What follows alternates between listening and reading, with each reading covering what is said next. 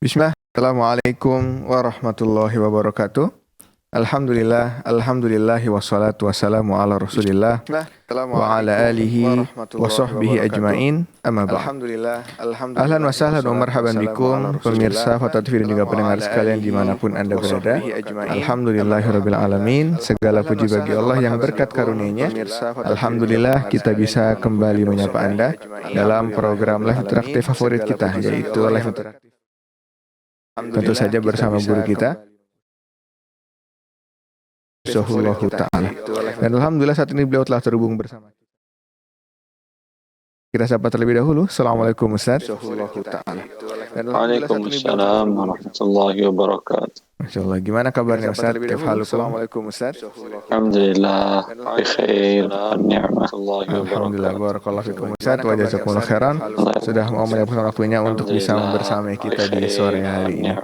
Baik, pemirsa juga pendengar sekalian dimanapun anda berada, seperti biasa, selama kurang lebih 1 jam ke depan kita akan bersama-sama belajar, mendulang faedah, dan juga kita akan dengarkan jawaban-jawaban dari pertanyaan-pertanyaan yang masuk yang bisa anda sampaikan baik melalui redaksi kami di dewanfatwa.com atau bisa juga anda akan sampaikan melalui line telepon kami di 021 2123 2333 atau bisa juga disampaikan melalui line telepon WhatsApp kami di 0821 706087.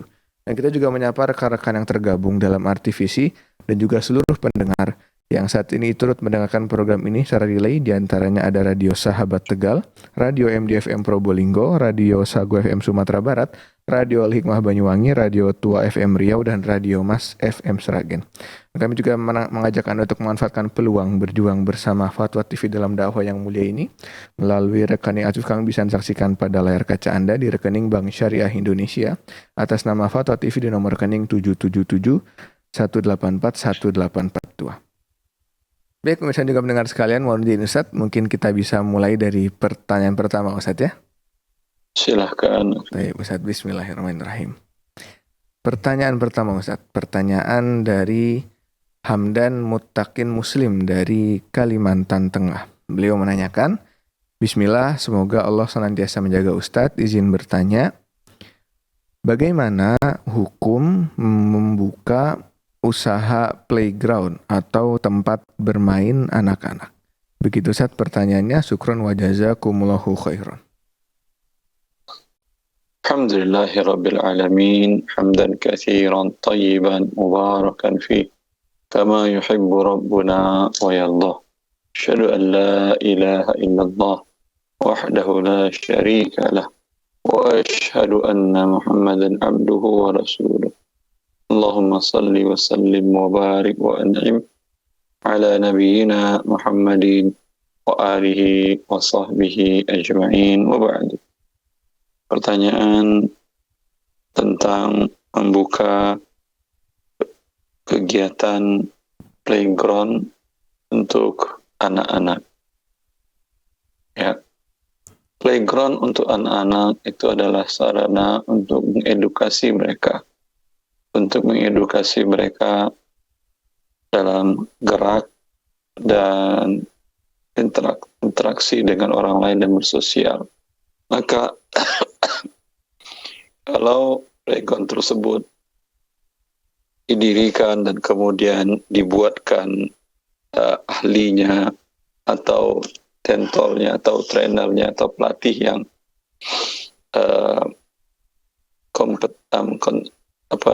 yang berkompetensi, ini tentu menjadi sarana pendidikan mental anak-anak muslim mulai dari awal. Dan itu sangat penting karena ini malah kita anjurkan agar anak-anak tidak diberikan oleh orang dewasa hal-hal yang merusak mereka seperti gadget, ya, smartphone, sehingga itu merusak motorik mereka, ya, dan merusak otak mereka. Memang anak-anak itu waktunya mereka bermain. Waktu anak-anak, waktu bermain. Bermain yang tentu bermanfaat untuk tubuhnya, untuk perkembangan mentalnya, dan tentu dengan risiko yang sangat minim.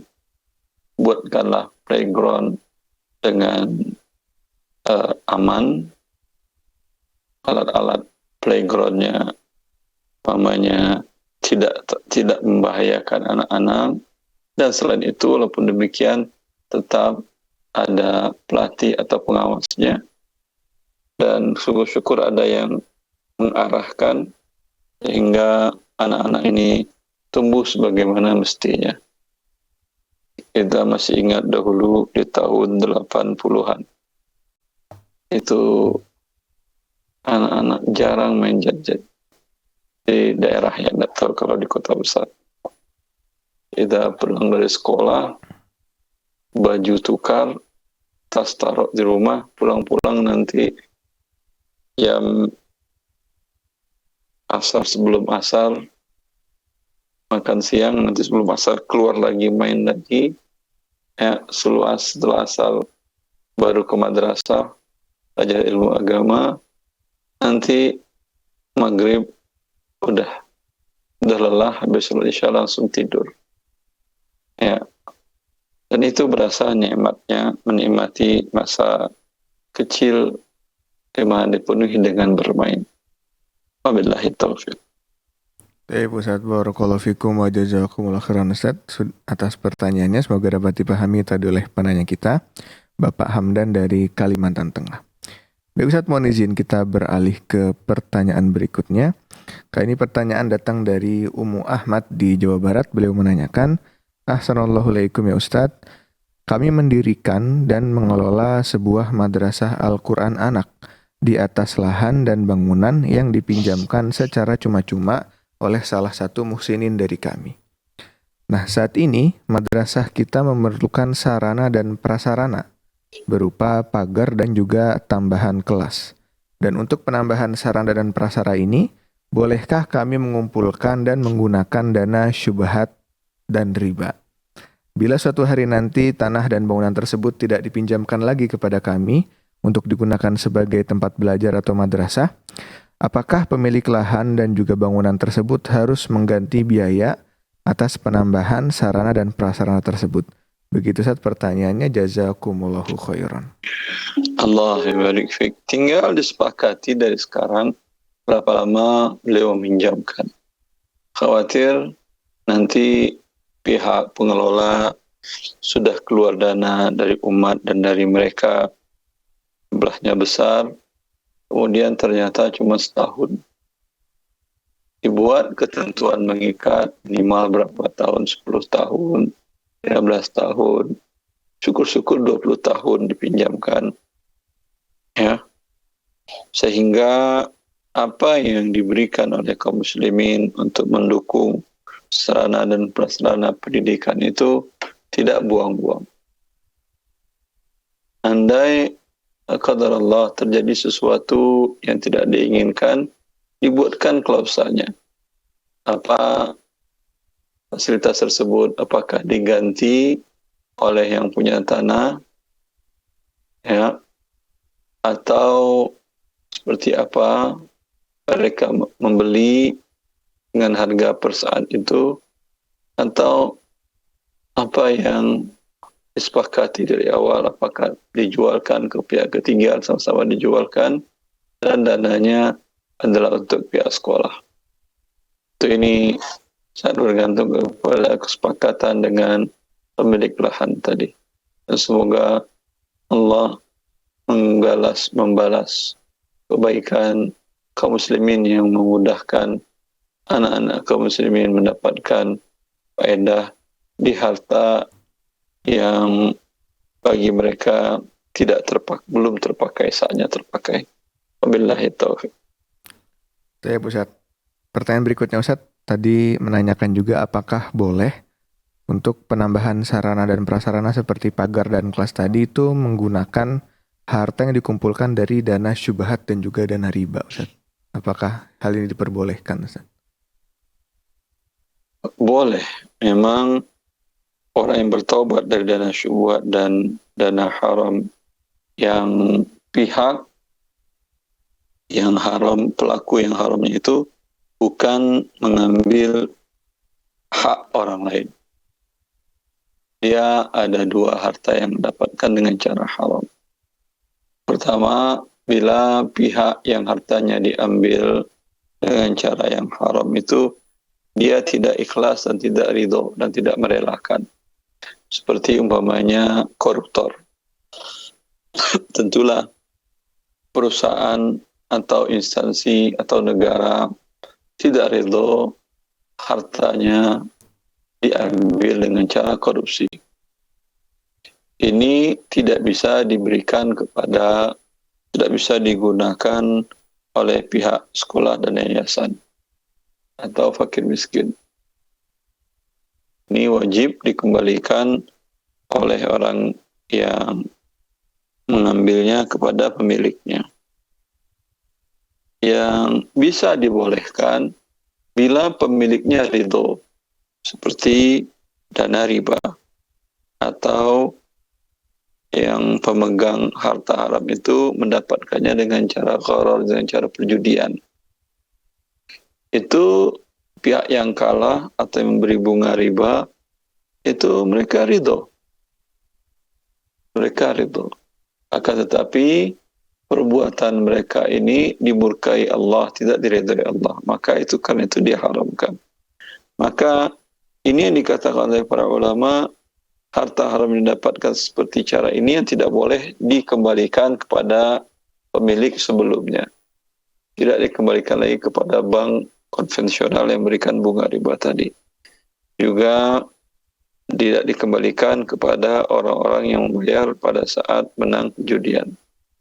Lalu dia apa? Karena sudah keluar dari milik mereka, mereka sudah mengikhlaskannya. Beda dengan kasus yang pertama tadi. Maka dalam kasus ini, di tangan orang yang memegang uang tadi tidak halal baginya. Maka ini diberikanlah dananya untuk fakir miskin atau kepentingan umum, termasuk pendidikan anak-anak sekolah. Di pendidikan sekolah anak-anak tadi.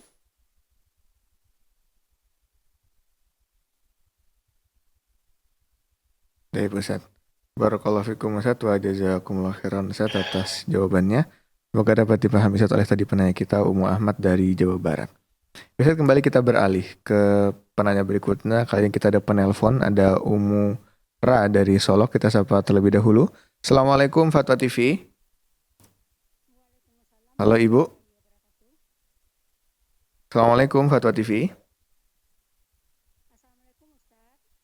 Halo.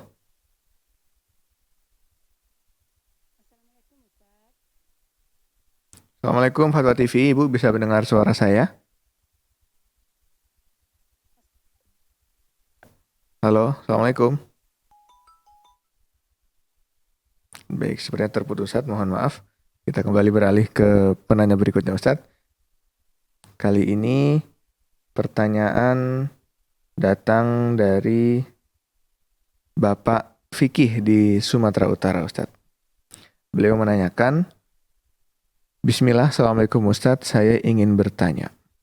Saya bekerja di sebuah instansi pemungut pajak. Saya dengar ada yang bilang haram dan ada juga yang bilang halal. Pertanyaannya Ustadz, apabila saya bekerja dengan jujur di instansi pajak tersebut, maka status gaji saya tadi apakah halal atau haram ya Ustadz? Begitu pertanyaannya, terima kasih wa jazakumullahu khairan. Ya, ada yang mengatakan halal, ada yang mengatakan haram. Dalam hal ini, bila orang awam yang dia tentu tidak ahli ijtihad, lah berbeda dalam hal ini, dia tinggal melihat mana di antara yang mengatakan halal haram itu yang lebih takut kepada Allah, yang lebih alim dalam masalah hal tersebut. Itulah yang dia ikuti. Bukan hawa nafsunya. Kalau hawa nafsunya tentu dia sebagai penarik dan itu bagian dari pekerjaannya, tentu dia akan pilih yang sesuai dengan pekerjaannya, yaitu yang halal. Bagi yang ditarik, yang dirugikan, yaitu rakyat, tentu mereka akan pilih yang tidak merugikan mereka, itu yang haram. Maka masing-masing tinggal lihat siapa yang berkata dan yang dia aman untuk mengikuti dinnya dan bisa dijadikan hujah di hadapan Allah, tentu dengan ilmu, ya, maka silahkan diikuti yang Anda lebih condong kepadanya. Wabillahi taufiq. Baik Ustaz, barakallahu fikum Ustaz, wa jazakumullah khairan atas jawabannya. Semoga dapat menjadi solusi ya bagi penanya kita tadi Bapak Vicky dari Sumatera Utara. Baik Ustaz, tadi melanjutkan pertanyaan dari Umurah dari Solok. Beliau menanyakan, kirim pertanyaan lewat WA ke kita. Beliau menanyakan, apa hukumnya tentang seorang yang berhaji dengan uang dari anak yang bekerja di bank? Begitu Ustaz pertanyaannya, barakallahu fikum. Para ulama menjelaskan ya bahwasanya bila seseorang bertobat dari pekerjaan ribanya, dia harus berhenti. Kemudian setelah dia berhenti, harta yang dia dapatkan sebelum dia tahu bahwa bekerja di bank tersebut hukumnya adalah riba, sebagian ulama mengatakan itu dibolehkan hartanya, ya, dengan syarat dia sekarang sudah bertaubat, ya, dan berhenti. Maka dalam hal itu boleh digunakan oleh orang tuanya.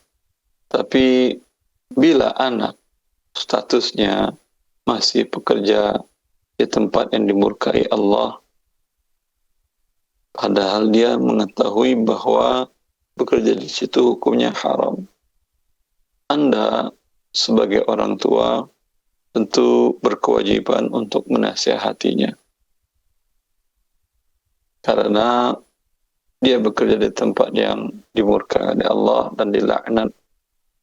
Doa dari Nabi SAW agar Allah mengutuk orang-orang yang menjadi pemakan riba, pemberi makan riba, penulis akad riba, dan saksi perbuatan riba.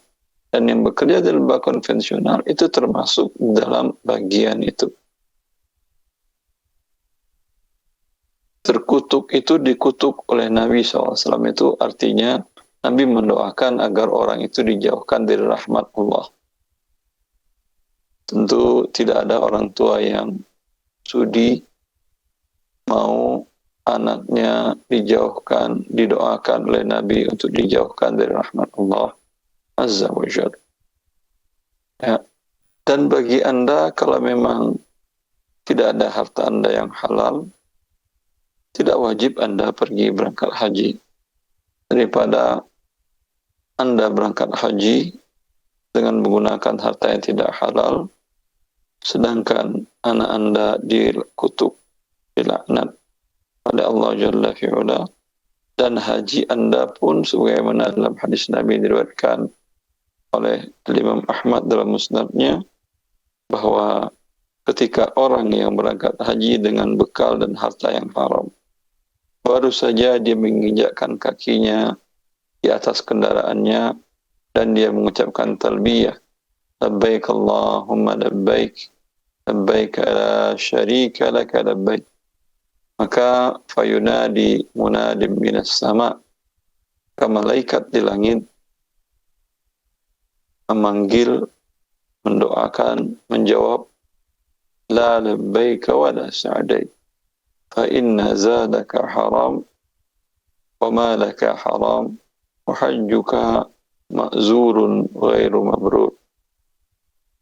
Malaikat itu mengatakan, engkau datang tidak memenuhi panggilan dan engkau tidak mendapat kebahagiaan. Sesungguhnya harta yang kau gunakan pergi berangkat haji adalah bekal yang haram, harta yang haram, bekal yang haram, dan hajimu tertolak, tidak diterima. Ini kemudian yang dikatakan oleh Ibnu Jauzi bahwa innama hajjatil iru, ini dalam kasus seperti ini yang pergi berangkat haji adalah hewan tunggangan. Kalau sekarang alat transportasinya, pesawatnya, adapun orangnya tidak diterima hajinya. Waliyadzubillah. Baik Ustaz, barakallahu fikum Ustaz wa jazakumullah khairan atas jawabannya. Semoga dapat menjadi pencerahan tadi Ustaz ya bagi penanya kita tadi Umurah dari Solok. Kita kembali beralih Ustaz ke penanya berikutnya. Kali ini ada Ibu Erika dari Sulteng. Beliau menanyakan, Afwan izin bertanya Ustaz mengenai zakat mal. Pada bulan Muharram 1446, kami baru sadar bahwa harta ibu sudah mengendap selama lebih dari setahun setelah mencapai nisab. Sehingga kami segera menyalurkan zakat mal pada bulan tersebut. Namun, ada kemungkinan besar bahwa harta tersebut sudah mencapai nisab, sebelum bulan Muharram. Dalam artian, pada saat itu mungkin kami terlambat menunaikan zakatnya dan kami menunaikannya sesuai, yaitu 2,5% dari jumlah harta yang terkumpul di bulan Muharram. Pertanyaannya Ustaz yang pertama, apakah penunaian zakat yang terlambat itu tetap sah? Pertanyaan yang kedua, kemudian bagaimana dengan tahun berikutnya Ustaz? Apakah kami tetap menghitungnya dari bulan Muharram atau kami mengira-ngira dari beberapa bulan sebelumnya? Mengingat sekarang sudah bulan Zulhijjah, apakah kami keluarkan saja zakatnya sekarang Ustaz? Begitu pertanyaannya. Jazakumullahu khairan. Iya, kalau kemungkinannya sudah sebelum Muharram, maka lebih baik di Muharram 1 itu Anda doublekan. 2 kali dikeluarkan zakatnya. Agar dia statusnya maju, tidak terlambat. Dan keterlambatan pembayaran zakat itu tidak ada pemutihannya. Andai seseorang tidak berzakat sudah selama 10 tahun. Sekarang dia tahu ada kewajiban zakat. Dan dia selama 10 tahun itu statusnya muslim. Memenuhi syarat wajib zakat. Muslim, harta sampai nisab, dan haul. Maka kesepakatan para ulama, hutang itu wajib ditunaikan selama 10 kali. Ya. Karena ini berkaitan bukan saja dengan zakat, bukan saja dengan hak Allah. Juga berkaitan dengan hak manusia. Itu para fakir miskin lagi. Itu sama namanya hutang dengan fakir miskin. Kalau hanya kepada Allah, Allah Maha Pengampun, Maha Penyayang. Tapi ini sekarang dia berhubungan dengan hak fakir miskin. Kalau Anda hutang kepada orang kaya tidak memutihkan begitu saja, apalagi ke fakir miskin yang dia sangat butuh. Wabillahi taufiq. Baik Ustaz, barakallahu fikum Ustaz wa jazakumullah khairan atas jawabannya. Semoga dapat dipahami oleh penanya kita Ibu Erika dari Sulawesi Tenggara. Kita kembali beralih Ustaz ke pertanyaan berikutnya. Kali ini pertanyaan dari Abu Hasan di Jawa Barat. Beliau menanyakan, apa hukumnya seorang pengusaha dagang yang tokonya itu berletak di seberang masjid, kemudian memarkirkan kendaraan miliknya dan juga karyawan-karyawannya di halaman masjid tersebut setiap hari tanpa ada kompensasi apapun kepada DKM masjid tersebut. Begitu Ustaz pertanyaannya, jazakumullahu khairan. Ya. Wallahu a'lam. Parkiran masjid itu disediakan untuk orang-orang yang salat, bukan sebagai parkiran umum. Kecuali masjid ya berada di tempat yang pertokoan sehingga yang lain pun ingin memarkirkan, namun tentu pada saat-saat 1/4 jam atau setengah jam sebelum sholat dipastikan bahwa parkiran yang tersisa cukup untuk orang yang akan melaksanakan sholat, bukan sebagai parkiran biasa. Dan pun bagaimana di tempat lain parkiran itu berbayar, tidak ada masalah pihak DKM masjid untuk mengambil dana imbalan dan digunakan untuk kepentingan operasional masjid. Wabillahi taufiq. Baik Ustaz, barakallahu fikum Ustaz wa jazakumullah khairan atas jawabannya. Semoga dapat dipahami oleh penanya kita Abu Hasan dari Jawa Barat. Kembali beralih Ustaz ke pertanyaan berikutnya. Kali ini pertanyaan dari Ahmad di Banten. Beliau menanyakan, izin bertanya Ustadz, bagaimana hukumnya seorang suami yang sering menghadiri majelis taklim atau pengajian dengan alasan karena usianya yang sudah lanjut, namun sampai harus meminjam uang kepada orang lain, sementara kebutuhan keluarganya sendiri belum tercukupi dan masih dalam kondisi kekurangan. Mohon nasihat dan juga penjelasannya Ustadz. Jazakumullahu khairan. Menghadiri majelis ta'lim ada yang sifatnya wajib. Ya, yang wajib itu alhamdulillah tidak terlalu banyak dalam agama Allah.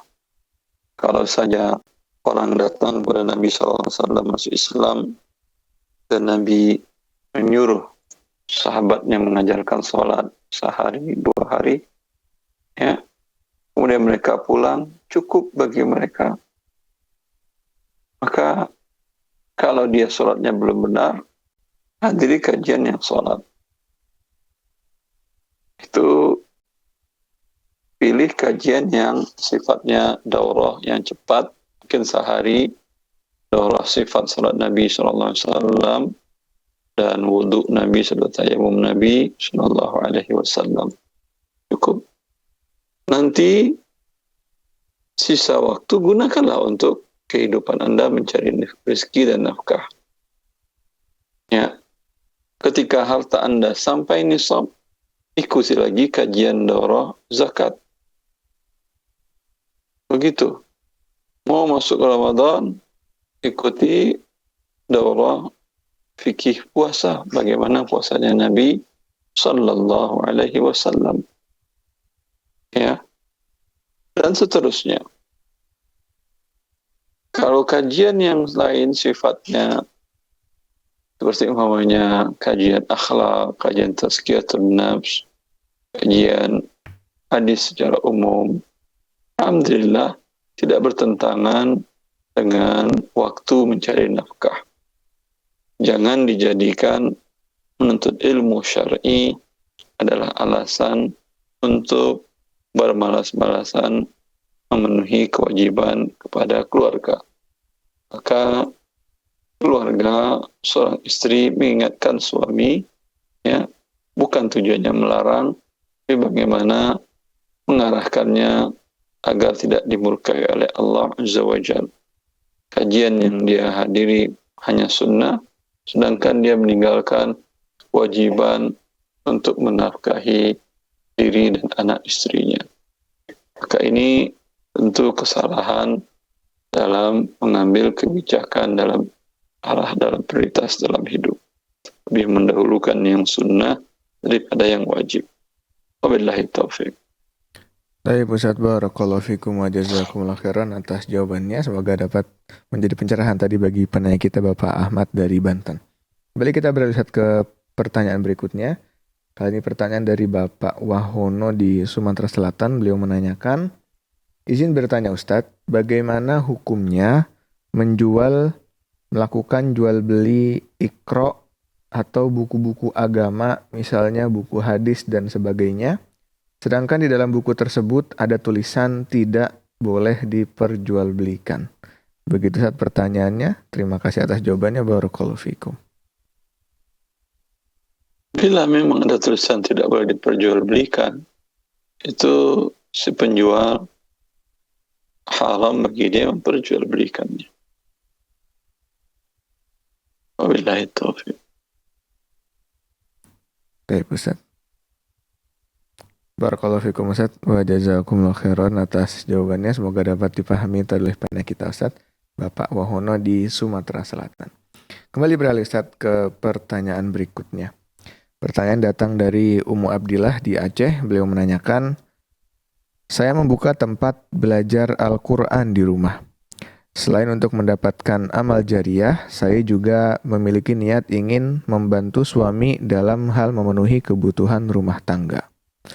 Di dalam pembelajaran, saya membuat peraturan dalam pembayaran iurannya dengan batas hari terakhir pembayaran, dengan niat agar orang-orang tua tidak menunda-nunda pembayaran iuran, karena sebelumnya saya buat peraturan itu orang tua dari pihak santri menunda-nunda pembayarannya hingga berbulan-bulan. Kemudian apakah boleh saya juga membuat ketegasan mengeluarkan santri karena suka menunda-nunda pembayaran iuran, padahal orang tuanya adalah orang tua yang berkecukupan dan juga mampu secara finansial. Begitu saat pertanyaannya, barakallahu fikum. Kalau dari sisi bolehnya, boleh tentu. Inna haqqa ma akhadtum alaihi ijran kitabullah, kata Nabi SAW. Sungguhnya fee atau upah yang boleh kalian ambil, yang pantas kalian ambil adalah mengajarkan Al-Quran, kitabullah. Termasuk tadi memberikan fasilitas dan sarana serta prasarana. Akan tetapi, ya, tentu tidak semuanya kita hadapi dengan tujuan bisnis. Bila melihat santri atau pelajar yang anaknya semangat, tetapi qadarullah orang tuanya acuh. Dalam hal ini, coba carikan donatur yang lain. Sampaikan kepada orang tua santri atau carikan donatur yang lain. Para donatur di kampung-kampung, alhamdulillah orang Indonesia diberikan oleh Allah Azza wa Jalla kelembutan hati, kemurahan jiwa untuk mengeluarkan harta. Ya, tinggal Anda dekati para orang tua. Ketika ada pertemuan orang tua, silahkan ingin memberikan, membantu menjadi orang tua asuh untuk anak-anak yang berbakat tapi orang tuanya acuh, sehingga proses pendidikan Al-Quran tetap berjalan, ya, karena bila terjadi keterlambatan tentu akan mengganggu stabilitas kelancaran pendidikan tersebut. Ya. Wabillahi taufiq. Baik Ustaz, barakallahu fikum Ustaz, wa jazakumullah khairan atas jawabannya. Semoga dapat dipahami tadi oleh penanya kita, Umu Abdillah dari Aceh, dan juga pertanyaan tadi sekaligus menutup perjumpaan kita di sore hari ini Ustaz. Kami ucapkan jazakumullah khairan atas waktu dan juga ilmu yang telah antum berikan kepada kami. Semoga Allah senantiasa berkahi waktu dan juga ilmu-ilmu antum Ustaz, barakallahu fikum.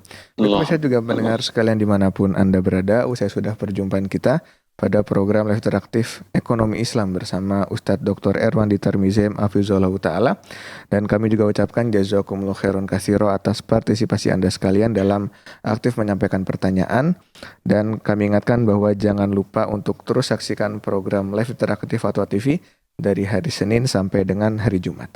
Dan terakhir, kami mewakili kru yang bertugas pada live interaktif di sore hari ini pamit undur diri dari ruang dengar Anda dan juga layar kaca Anda sekalian. Kami tutup dengan doa kafaratul majlis. Subhanakallahumma bihamdika asyhadu an la ilaha illa anta astaghfiruka wa atubu ilaik. Barakallahu fikum. Assalamualaikum warahmatullahi wabarakatuh.